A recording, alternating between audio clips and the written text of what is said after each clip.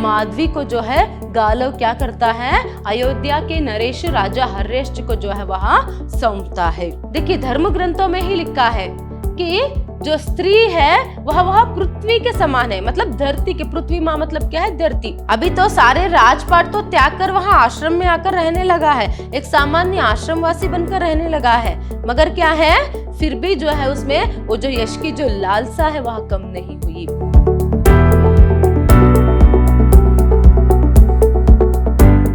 नमस्कार, मैं हूँ हर्षिता, हिंदी लेक्चरर, विद्याश्रम कॉलेज मैसूर। आज हम मैसूर यूनिवर्सिटी के 4th सेमेस्टर बीकॉम के हिंदी पाठ्यक्रम से माधवी नाटक जो है उसे देखेंगे। देखिए अब तक के सेशंस में हमने यहाँ तक जो कहानी या फिर नाटक जो है देखा था कि यहाँ पर माधवी को जो है गालव क्या करता है, अयोध्या के नरेश राजा हर्षेश्वर को जो है वहां सौंपता है। जैसे यहाँ पर क्या है, जब उन्हें पता चलता है कि अयोध्या नरेश जो राजा हर्षेश्वर जो है उनके पास क्या है अश्वमेधी घोड़े है करके, तो वहां जाता है। फिर वहां पर भी क्या है पर माधवी की जांच होती है, उसके गुण लक्षणों का जांच होता है, वहां पर उसे बहुत अपमान होता है। फिर बाद में जब क्या है, पहले राजा को ये विश्वास हो जाता है कि क्या है वो राजयुवती ही है और उसके कोख से जो बच्चा जन्म लेगा वह यहाँ पर चक्रवर्ती राजा बनेगा करके, तब क्या होता है यहाँ पर वो यहाँ पर मान लेता है कि वो उसे यहाँ पर रखेगा। बाद में पुत्र लाभ होने के बाद जो है वहां घोड़े जो है देगा, मगर उसके पास सिर्फ 200 ही घोड़े थे। पहले क्या है वहां पर गालव नहीं मानता, मगर बाद में माधवी के समझाने पर जो है वह समझ जाता है। फिर क्या होता है यहाँ पर माधवी जो है राजा हर्षेश्वर के पास रह जाती है और गालव वहां से निकल जाता है। इतना जो है पार्ट लास्ट सेशन में हुआ था। चलिए आज आगे का जो पार्ट है हम देखेंगे। देखिए यहाँ से जो है आपको दूसरा अंक शुरू होता है और दूसरे अंक में जो है पहला दृश्य है। तो फिर से यहाँ पर कथावाचकी जो है यहाँ पर बोलता जा रहा है। देखिए वो कहता है कि इस भांति देवी और भद्र पुरुषों ययाति पुत्री अयोध्या नरेश की अर्धांगिनी बनी। अभी क्या है इस तरह यहाँ पर ययाति पुत्री माधवी जो है अयोध्या नरेश की अर्धांगिनी जो है वह बनती है। मतलब वहां पर रखने के बाद क्या है अयोध्या नरेश जो राजा हर्षेश्वर जो है वो माधवी से शादी करता है। फिर माधवी देवी सचमुच महारानी बन, मतलब माधवी जो है वह सचमुच महारानी बनके राजा हर्षेश्वर के साथ राज सिंहासन पर राजा हर्षेश्वर के साथ वहां बैठती है। समूचे राज्य में उसके सौंदर्य की धूम मच गई। देखिए पूरा अयोध्या राज्य में जो है पर क्या होता है, जो देवी माधवी है, मतलब जो महारानी माधवी है, उसके सुंदरता की जो धूम ही है वहां मच गई। मतलब है थी माधवी जो है वह थी उतनी सुंदर। तो ऐसे में देखिए यहाँ पर फिर समूचे राज्य में उसके सौंदर्य की धूम मच गई। प्रजा उसे देख पाने के लिए उमड़ उमड़ आई, मतलब प्रजा जो है पर माधवी को देखने के लिए उमड़ उमड़ कर आते हैं। राजा का हृदय आनंद विभोर हो उठता है। जब क्या है सभी प्रजा माधवी को जो है देखने के लिए आते हैं, तभी राजा का हृदय भी जो है खुशी से भर जाता है। फिर उन्होंने सोचा कि ऐसी सुंदरी को मुक्त कर देना मतलब वो मूर्खता होगी। देखिए तई तो क्या हुआ था, बच्चा जो है पैदा होने के बाद, पुत्र लाभ होने के बाद माधवी को छोड़ देना, मगर फिर से जो है राजा हर्षेश्वर सोच में पड़ जाता है। तो बाद में अगर माधवी को छोड़ना मतलब क्या है, मूर्खता होगी। तो ऐसे में उन्हें पुत्र लाभ होगा और इसी धारणा के साथ वह तरह तरह के उपाय सोचने लगे कि वो कैसे माधवी को राजप्रसाद में ही बनाए रखे। देखिए पर कैसे जो है वहां माधवी को अपने ही राजप्रसाद में मतलब अपने ही साथ बनाए रखे, इसका जो उपाय है वह यहाँ पर ढूंढने लगे। फिर देखिए यहाँ पर धर्म ग्रंथों में स्त्री की तुलना पृथ्वी के साथ की गई है। जिस भांति पृथ्वी संसार भर का बोझ वहन करती है, वैसे ही स्त्री सभी दायित्वों का भार वहन करती है। देखिए कितनी अच्छी बात जो है यहाँ पर लेखक ने लिखा है। देखिए धर्म ग्रंथों में ही लिखा है कि जो स्त्री है वह पृथ्वी के समान है, मतलब धरती के, पृथ्वी माँ मतलब क्या है, धरती। किस तरह धरती संसार के सभी बोझ को सहती है ना, वैसे ही एक स्त्री भी जो है, एक स्त्री भी क्या करती है, अपने सभी दायित्वों का, दायित्व मतलब क्या है पर रेस्पॉन्सिबिलिटीज, अपनी जो जिम्मेदारियां रहती है उसे वहां सहती है, उस बोझ को जो है वहां सहती है। वैसे ही उसकी शक्ति सेवा में है। देखिए यहाँ पर एक स्त्री की शक्ति किसमें है, सेवा में है। पुरुष महत्वाकांक्षी होता है पर स्त्री का वह प्रमुख गुण त्याग है, सेवा है। देखिए पुरुष में जो प्रमुख गुण जो है वह महत्वाकांक्षी है, मगर जो स्त्री रहती है उसमें क्या है, त्याग और सेवा का जो मनोभाव है वह रहती है। उसी से क्या है, उसे उतनी मतलब एक स्त्री को उतनी शक्ति जो है वह मिलती है। इधर माधवी राज सिंहासन पर बैठी और उधर गालव शेष घोड़ों की खोज में चला गया। देखिए यहाँ पर क्या होता है, माधवी जो है राजा हरिश्च के साथ उसकी विवाह होती है और राज सिंहासन पर बैठती है, मगर गालव जो है शेष घोड़े मतलब बाकी जो घोड़े बचे रहते हैं ना, कैसे उन्हें इकट्ठा करे, तो इसके खोज में वहां और किसके पास हमें क्या है अश्वमेधी घोड़े जो है मिल सकते हैं, इसे खोज में वहां फिर से चला जाता, वो फिर से क्या है यहाँ पर वनों घाटियों को लांघता हुआ गांव गांव नगर घूमता हुआ जो है वहां एक राज्य से दूसरे राज्य जो है वहां चला जाता है। देखिए यहाँ पर स्त्री की गुणों के बारे में बताया कि माधवी भी जो है, अभी माधवी ने क्यों ऐसा कहा कि गालव से कि बाकी लोग क्या है, इस राजा के पास तो हमें वैसे भी बाकी घोड़े नहीं मिलने वाले, इसीलिए बाद में मुझे छोड़ने कहो, बाद में क्या करेंगे दूसरे राजा के पास ऐसे ही करके हम सभी घोड़ों को इकट्ठा जो है करेंगे, मतलब पूरे 800 अश्वमेधी घोड़ों को जो है हम जुटा पाएंगे करके। तो ऐसे में देखिए क्यों यहाँ पर माधवी ने ही यही बात जो है सुझाया, मतलब गालव को मनाया करके, क्योंकि माधवी के अनुसार अभी एक बात तो क्या है, दान में दे दिया है। क्यों दान में दिया, क्योंकि माधवी के अनुसार या फिर माधवी के जरिए जो गुरु दक्षिणा है वो गालव जो है वह जुटा पाए, है ना। तो ऐसे में अभी उसकी जिम्मेदारी है, उसका दायित्व है कि वो घोड़ों को जुटाए ना, इसीलिए उसने ये बात कहा। इसीलिए यहाँ पर क्या है, उसमें सेवा का मनोभाव, त्याग का मनोभाव और अपने मतलब कितने भी कष्ट हो अपने जिम्मेदारी को पूरा करते हैं, सभी बात यहाँ पर आती है। इसी संदर्भ में सीता माँ की और उसके साथ साथ सावित्री की, सत्यवान सावित्री की भी जो बात है यहाँ पर कथावाचक जो है वहां कहते हैं कि किस तरह क्या है। पर एग्जाम्पल अगर सीता की बात कहेंगे, जब राम को वनवास के लिए जाना पड़ा था तभी सीता ने ही क्या है यहाँ पर कहा था कि रुकिए मैं भी आपके साथ चलूंगी। असल में सिर्फ बात थी कि क्या है, राम को वनवास जाना है, मगर सीता भी जाती है, प्रिय भाई जो लक्ष्मण है वो भी उनके साथ जाते हैं, वो अलग बात है, मगर यहाँ पर स्त्री की बात हो रही है, इसलिए सीता की बात मैं बोल रही हूँ। सीता ने क्या कहा था पता है, अगर क्या है आप वनवास करते रहेंगे, मतलब आपके पथ में जो भी बाधाएं जो भी कांटे आएंगे ना, मैं उसे क्या है निकालते हुए मैं आपके सामने जो है चलना चाहती हूँ, ताकि आपके राह जो है यहाँ पर कठिन ना रहे, आपको कुछ कष्ट ना हो। इस तरह से देखिए एक पत्नी होने का जो दायित्व है यहाँ पर सीता माँ निभाती है, ऐसे ही सत्यवान सावित्री भी। तो अभी माधवी भी जो है यहाँ पर कुछ ऐसे ही काम जो है वहां कर रही है। कोई भी स्त्री जो है पर अपने मन से अपनी खुशी से जो है ऐसे सभी काम करने के लिए वो मानती नहीं। अगर देखिए अगर हम देखेंगे तो माधवी के मन में गालव के प्रति प्रेम है, उसके कुछ बातों से जो है हमें स्पष्ट हुआ, लास्ट सेशन में हमने देखा। तो प्रेम किसी से करती है मगर बाद में शादी किसी से करना, तो ये सभी क्या है बहुत ही कष्ट माधवी को भी होगा, मगर वो किसी भी हालत में क्या है अपनी जिम्मेदारी को भी निभाना चाहती है, अंत में वो क्या है वो भी मुक्त होकर गालव के साथ रहना चाहती है। तो इन सभी कारणों से जो है वो इस तरह यहाँ पर कहती है। तो कथावाचक जो है पर इतनी बातें जो है पर माधवी के बारे में बताते हैं। नेक्स्ट देखिए वो कहते हैं कि इधर यहाँ घटना चक्र चल रहा था, उधर ययाति अपने आश्रम में मग्न थे, संसारी आवेगों उद्वेगों से दूर पूजा आराधना का पुण्य काम कर रहे थे। देखिए अगर माधवी की ये हालत है तो उसके पिता जिसने उसे दान में दे दिया था ययाति, वो क्या कर रहे थे, पूजा और आराधना का पुण्य काम जो है वहां कर रहे थे। पर उनका आश्रमवासी मित्र मारीच उत्तराखंड की लंबी यात्रा के बाद अभी अभी आश्रम में लौटकर आया है, तुम तो बहुत सी बातों की खबर लेकर आए हो। देखिए पर अभी क्या है, वो तो पूजा पाठ में मग्न है, मगर उनका जो एक आश्रमवासी मित्र जो है मारीच जिसका नाम है, वो क्या है अयोध्या खंड के पूरा जो यहाँ पर यात्रा है वहां कर कर अभी लौटा है। देखिए यहाँ पर मारीच का नाम जो है आप याद में रखिएगा, तो अभी वो लौटा है। तो ऐसे में ययाति कहते हैं कि क्या है, तुम तो बहुत सी बातों को खबर को जो है अपने साथ लेकर आए हो करके। क्यों ऐसे यहाँ पर ययाति कहते हैं, क्योंकि मारीच जो है वहां कहते हैं कि क्या है अभी अयोध्या खंड में सभी जो है पर उत्साहित है और सभी जो है माधवी को पुत्र लाभ होने का जो इंतजार है वहां कर रहे हैं। इस तरह से भी कहने पर जो है क्या है ययाति इस तरह बात जो है कहता है। देखिए अभी वो जो आश्रम है उसका जो वर्णन है अभी आगे से होता जाता है। तो ऐसे में ययाति और मारीच उन दोनों में बातचीत जो है यहाँ पर चलती है। देखिए फिर मारीच के कंधे पर हाथ रखकर बताओ तो उत्तराखंड में लोग मेरे दान दक्षिणा के संबंध में क्या सोचते हैं, वहां पर पता तो चल गया होगा। वे क्या कहते हैं कि दानवीर ययाति ने एकमात्र पुत्री को सौंप दिया। देखिए ययाति देखिए अभी जब उसे पता चला कि मारीच उत्तराखंड की जो यात्रा है वहां कर आया है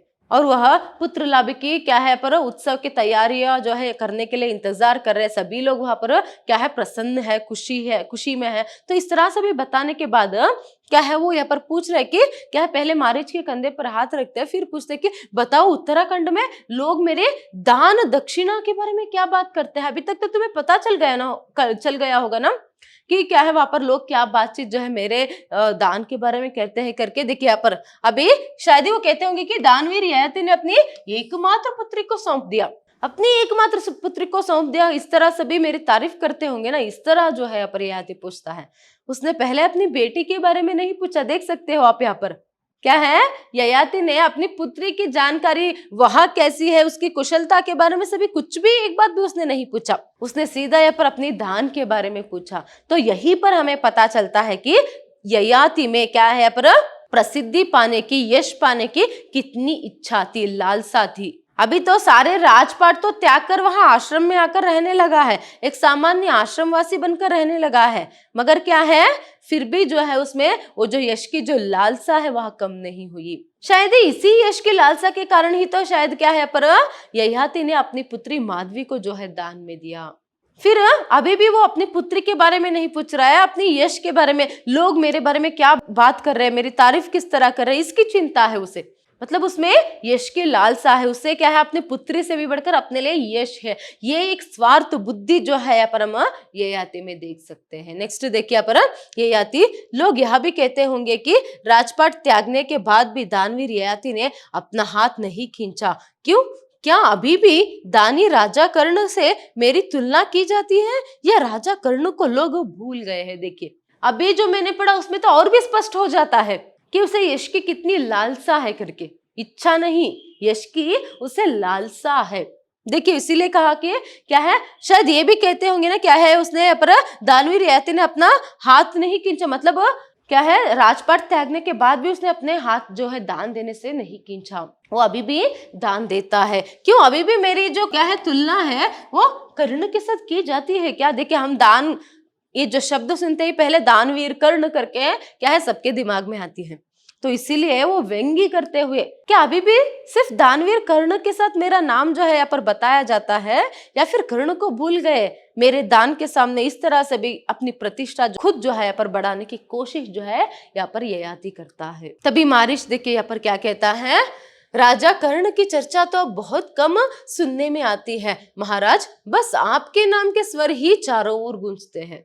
मतलब जब ययाति ने अपनी पुत्री को ही दान में दे दिया तो ऐसे में हर जगह क्या है पर ययाति की वाहवाही होने लगी दानवीर करके। तो इसलिए महाराज भी कह रहा है कि क्या है, कर्ण का नाम तो बहुत ही कम सुनाई पड़ता है, ज्यादा जो है आप ही का नाम जो है चारों तरफ जो है पर छाई हुई है, इस तरह वह कहता है। तभी ययाति मुस्कुराकर हार्दिक संतोष के साथ, मैं जब सिंहासन पर बैठा था ना तो मन ही मन प्रण ली थी कि मैं इतना दान दूंगा, इतना दान दूंगा कि लोग कर्ण को भूल जाएंगे। देखिए वो कहता है जब मैं राज सिंहासन पर बैठा था तब मैंने मन ही मन प्रण लिया था, मन ही मन मैंने क्या है ये सोच लिया था कि क्या है मैं इतना दान दूंगा, इतना दान दूंगा कि लोग क्या है पर कर्ण को भूल जाएंगे। देखिए ये सभी बातें जो है कॉन्वर्सेशन में अभी क्या है हम ययाति की जो चरित्र है वो किस तरह है यहाँ पर देख सकते हैं, वो स्पष्ट जो है हमें यहाँ पर होता है। अभी भी क्या है उसमें वही क्या है लालसा है, अपनी यश की लालसा है उसमें। तभी देखिए यहाँ पर मारीच माधवी का भविष्य बड़ा अनिश्चित जान पड़ता है करके। देखिए वो यहाँ पर सिर्फ अपनी ही बात लेकर बैठा है, असल में वो पिता है, उसे अपनी पुत्री की चिंता जो है होनी चाहिए, मगर थोड़ी सी भी प्राणु मात्र चिंता भी अपनी पुत्री के प्रति उसे नहीं है, माधवी के प्रति उसे नहीं है। मगर मारीच जो है पर चिंता करता है कि क्या है मुझे थोड़ा सा जो है पर चिंता जो है लगा कि क्या है पर माधवी का जो भविष्य है वो अनिश्चित जान पड़ता है। मतलब वो क्या कहने की कोशिश कर रहा है, वो यहाँ पर माधवी जो है राजा हरेश्च के पास जो है उसकी महारानी बनके जो है ज्यादा दिन तक नहीं रहती है, ये जो बात है यहाँ पर मारीच को पता चल गया है, इसीलिए वो चिंता जो है यहाँ पर कर रहा है। तभी देखिए यहाँ पर ययाति क्या बोलता है कि क्यों, तुम ही तो बता रहे हो कि राजा हरेश्च ने उसे अपनी पटरानी बना लिया है, पंडितों की भविष्यवाणी तो सच निकली, मतलब उसने तो पटरानी बना ली है ना हरेश्च ने, फिर क्यों चिंता करना, पंडितों ने जो भविष्यवाणी किया था कि वो पटरानी बनेगी, उसके कोख से चक्रवर्ती राजा जो है बच्चा जो है पैदा होगा, इस तरह से भी वो तो अभी सच निकल रहा है ना करके। तभी मारीच, हाँ महाराज, किंतु अयोध्या के राजा ने केवल 200 घोड़े ही क्या है देने के लिए स्वीकार किया है, मतलब अयोध्या राजा जो हर्यश्च है वो सिर्फ 200 घोड़े ही देगा। तो ऐसे में ययाति यह तो अच्छा नहीं हुआ, और गालव कहाँ है? मतलब अभी जो है ययाति को जो असल बात है वो पता चलता, वो कहता है कि ये तो अच्छा नहीं हुआ, गालव ने क्या कहा करके। तभी मारीच कुछ समय पहले गालव हमारे एक आश्रमवासी को काशी के निकट मिला था, बता रहा था कि काशी के राजा के पास भी अश्वमेधिक घोड़े हैं। देखिए अभी वो बात जो है वो बोल रहा है कि हाँ गालव ने क्या कहा करके, ययाति ने कहा ना, इसीलिए मारीच बोल रहा है कुछ समय पहले जो है हमारे एक आश्रमवासी को जो है, पराश्रमवासी मित्र को जो है गालव जो है काशी में मिला था। कहाँ मिला था? काशी में मिला था, और उसने कहा कि काशी नरेश के पास भी कुछ अश्वमेधिक घोड़े है करके। तभी देखिए ययाति क्या कहता है, काशी नरेश के पास, उसके पास अश्वमेधिक घोड़े कहाँ होंगे? काशी तो यूं भी छोटा सा राज्य है, अपने राज्य काल में तो हम काशी नरेश को राजा ही नहीं मानते थे। देखिए जब मारीच ये बात बोलता है तभी ययाति को उस पर विश्वास नहीं होता, और वो कहते हैं कि क्या काशी तो बहुत ही छोटा सा राज्य है, और क्या है उसके पास अश्वमेधिक घोड़े कहाँ से हो सकते हैं? और हमारे समय में तो मतलब क्या है, जब ययाति राजा था, ययाति के राज्यकाल में वो कहता है कि हम तो काशी नरेश को राजा ही नहीं मानते थे करके। तभी मारीच, महाराज यह बड़ी चिंता की बात है, मतलब क्या है, हाँ मगर उसके पास है, मगर ये बहुत ही चिंता की बात है ययाति। क्या? मारीच, शेष घोड़ों के लिए यदि माधवी को किसी अन्य राजा के पास रहना पड़ा तो अच्छा नहीं होगा, यह आपकी भी मर्यादा का प्रश्न है, वह राजकन्या है, यही उचित है कि वह अयोध्या नरेश की महारानी ही बनी रहे। देखिए यहाँ पर मारीच जो है एक रिक्वेस्ट जो है यहाँ पर क्या है, माधवी के लिए करता है। अगर देखो ऐसे ही मतलब और बाकी घोड़ों को जुटाने के लिए, शेष मतलब बाकी घोड़ों को जुटाने के लिए माधवी को अलग अलग राजाओं के पास रहना पड़ा तो ये बहुत ही बुरी बात है, और आपके भी क्या है, मर्यादा का प्रश्न है, वो क्या है, उचित नहीं होगा, माधवी के साथ ऐसा होगा तो सही नहीं होगा करके मारीच जो है चिंता जो है पर कर रहा है माधवी की। तभी देखिए ययाति क्या कहता है कि तो इसमें मैं क्या कर सकता हूँ, तो इसमें मैं क्या कर सकता हूँ करके। तभी मारीच, मैं अयोध्या के महाराजा से मिला था, उनकी हार्दिक इच्छा है कि माधवी उन्हें के पास बनी रहे, पर उसमें वे आपकी सहायता चाहते हैं, इसमें माधवी का भविष्य सुनिश्चित हो जाएगा। देखिए मारीच जो है पर एक नई सलाह जो है ययाति को दे रहा है कि क्या है, वो राजा हर्यश्च से भी मिलकर आया। कौन? मारीच। तो हर्यश्च के मन में भी जो है माधवी को क्या है पर मुक्त करने की इच्छा नहीं है, तो ऐसे में क्या है, वो माधवी को, वो सर्वांग सुंदरी जो माधवी है उसे अपनी पटरानी ही बनाकर रखना चाहते हैं। तो ऐसे में क्या है, पुत्र लाभ के बाद भी जो है पर माधवी उसी के पास रहे, ये इच्छा जो है हर्यश्च के मन में है। तो ऐसे में वो आपकी सहायता चाहते, किसकी? राजा हर्यश्च ययाति की सहायता जो है इस काम के लिए चाहते हैं। तो तभी आती, मैं क्या सहायता कर सकता हूँ, तो ऐसे में मैं क्या सहायता कर सकता हूँ भला करके। तभी मारीच, यदि आप ऋषि विश्वामित्र से अनुरोध करें कि वे शेष घोड़ों का आग्रह छोड़ दे तो माधवी को कहीं और नहीं जाना पड़ेगा, विश्वामित्र आपकी बात मान लेंगे। देखिए पर राजा ययाति भी कोई छोटा मोटा राजा नहीं है, है ना। तो ऐसे में यहाँ पर राजा हर्यश्च और मारीच जो है यहाँ पर क्या सोच रहे हैं, या फिर उनके अनुसार मारीच जो है पर ययाति से क्या जो एक सलाह जो है वह दे रहा है ययाति को कि क्या है, आप अगर विश्वामित्र से मिलकर, कौन है विश्वामित्र? गालव का गुरु है, तो विश्वामित्र ने जो है गालव से 800 अश्वमेधिक घोड़ों को जो है मांगा था। तो ऐसे में क्या है, अगर आप विश्वामित्र से मिलकर जो है बात करेंगे, बाकी जो घोड़े हैं उनसे क्या है पर आप नहीं चाहिए करके ऐसे बताएंगे, मतलब गालों को ऋण मुक्त कर देंगे, तो क्या हो जाएगा, वो 200 घोड़े में ही मान ले और गालों को ऋण मुक्त कर दे, तो ऐसे में माधवी जो है कहाँ पर, अयोध्या में ही बनी रह सकती है, वो अयोध्या की पटरानी बनकर रह सकते हैं। इस तरह से भी मारीच जो है कहता है। तभी देखिए यहाँ पर ययाति, क्या अयोध्या नरेश मेरी परीक्षा लेना चाहते हैं? देखिए अयोध्या नरेश मतलब कौन है यहाँ पर? राजा हर्यश्च। क्या वो मेरी परीक्षा लेना चाहते हैं क्या करके? क्या वे चाहते हैं कि मैं विश्वामित्र से कहूं कि अपनी गुरु दक्षिणा का हट छोड़ दे? देखिए क्या वो चाहते हैं कि मैं विश्वामित्र से ये कह दूं कि वो अपनी गुरु दक्षिणा का हट छोड़ दे और गालव से कहूं कि अपनी प्रतिज्ञा छोड़ दे?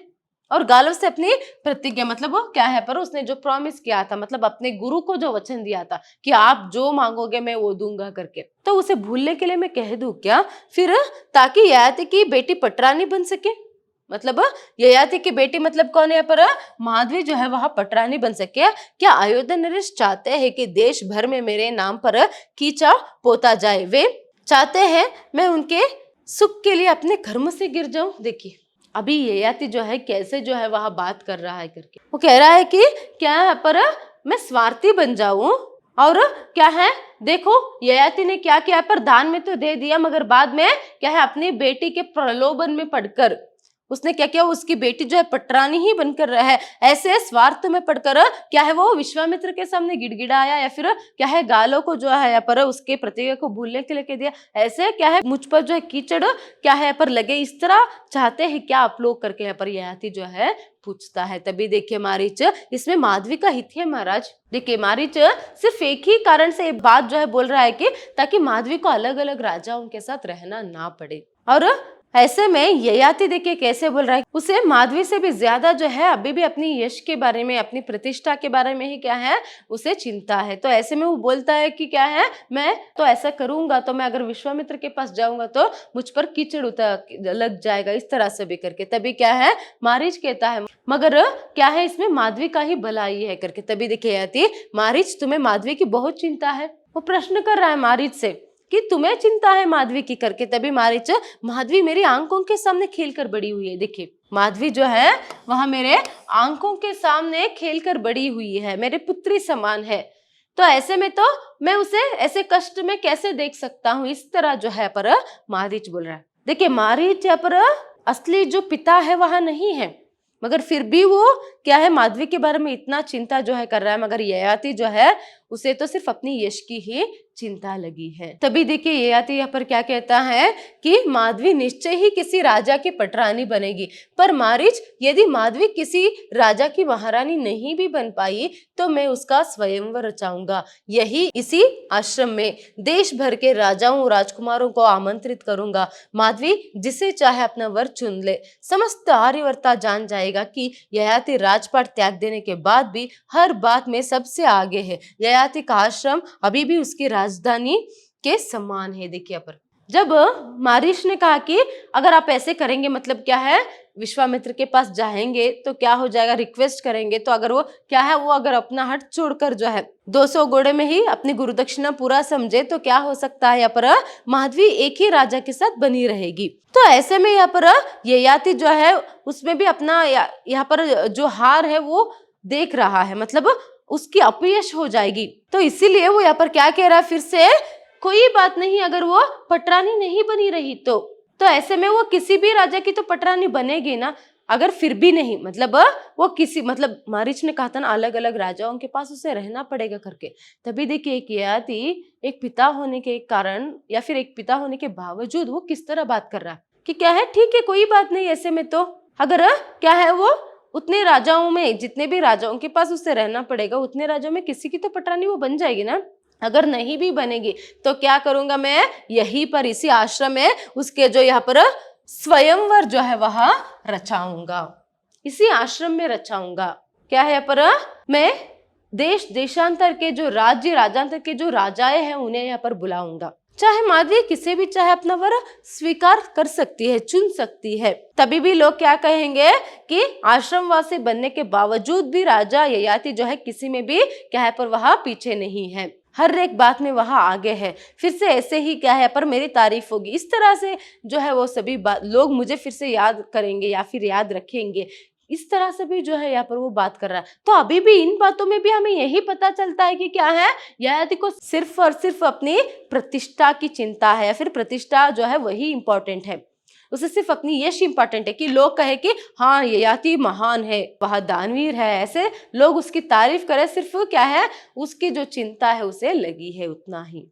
देखिए अभी तक मारीच और ययाति में उनके आश्रम में ये बातचीत होती ही रहती है। तभी क्या होता है नेपथ्य में शोर, घोड़ों की टाप, मतलब नेपथ्य में से कुछ आवाज जो है मतलब मानो आश्रम के बाहर कुछ शोर जो है मच रहा है, घोड़ों की कुछ भागने की जो आवाज है वो सुनाई दे रहा है। इस तरह से ये आवाज क्या है ययाति इस तरह पूछता है। तभी मारीच बाहर की ओर देखते हुए, बहुत शोर है महाराज, लगता है जैसे बहुत से घोड़े दौड़ते चले आ रहे हैं। मतलब वो भी ऐसे बाहर की तरफ देखते हुए, हाँ महाराज बहुत से शोर है, ऐसा लगता है कि बहुत सारे घोड़े जो है वहां दौड़े आ रहे हैं, इस तरह से वो कहता है। तभी आश्रम के पारिचारक का प्रवेश। पारिचारक, महाराज ययाति यह शोर कैसा है। देखिए ऐसे में जो पारिचारक जो सेवक रहता है उसका प्रवेश भी होता है। तभी ययाति जो है उसे पूछते हैं कि ये कैसा शोर है करके। तभी पारिचारक, बीसियों घोड़े हैं महाराज, अश्वमेधी घोड़े इसी ओर आ रहे हैं, 10-20 नहीं महाराज, सैकड़ों घोड़े हैं। देखिए वो सेवक है वो क्या कहते हैं, 20 घोड़े मतलब बहुत सारे घोड़े हैं महाराज, एक दो नहीं, क्या है 100 के तादाद पर है, तो वो इसी ओर तेजी से भागते आ रहे हैं करके।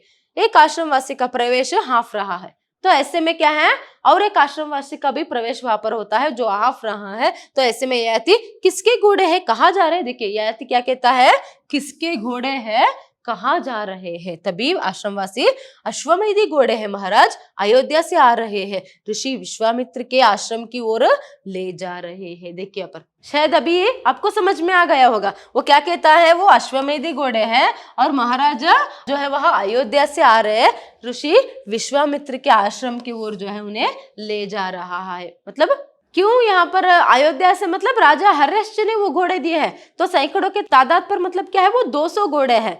मतलब यहाँ पर क्या हुआ है, माधवी को पुत्र लाभ हो गया है और राजा हर्षवर्धन ने अपने वादे के अनुसार पर क्या किया है, गालों को 200 घोड़े दे दी है। और वही घोड़े जो है किस तरफ जा रहे हैं, ऋषि विश्वामित्र के आश्रम की तरफ भागे जा रहे हैं।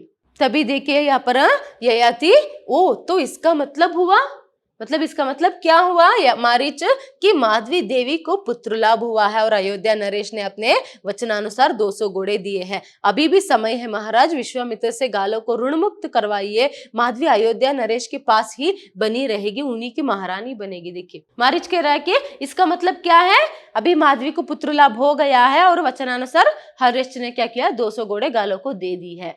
मगर अभी भी समय है महाराज, सोचिए आप माधवी के बारे में, जाकर मिलिए विश्वामित्र से, उनसे बात कीजिए, तभी क्या हो सकता है, यहाँ पर माधवी अयोध्या नरेश के पास ही बनी रह सकती है। तो इस तरह अपनी बेटी की जो जिंदगी है उसे सुधारिए, उसे बर्बाद होने से बचाइए, इस तरह से भी मारीच रिक्वेस्ट कर रहा है। मगर ययाति है कि देखिए ययाति, उचित क्या है और अनुचित क्या है इसका ज्ञान ययाति को तुमसे अधिक है। देखिए क्या कह रहा है यहाँ पर ययाति कि उचित क्या है और अनुचित क्या है इसका ज्ञान तुमसे भी ज्यादा ययाति को है।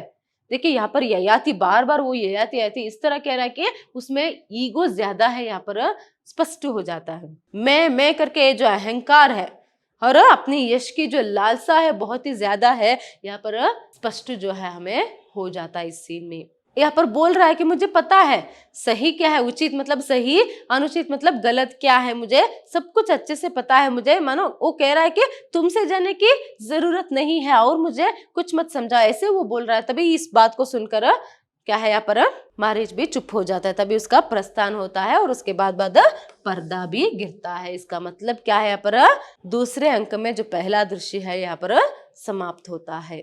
आज के लिए इतना ही, आगे की जो पार्ट है वहां नेक्स्ट सेशन में देखेंगे। धन्यवाद।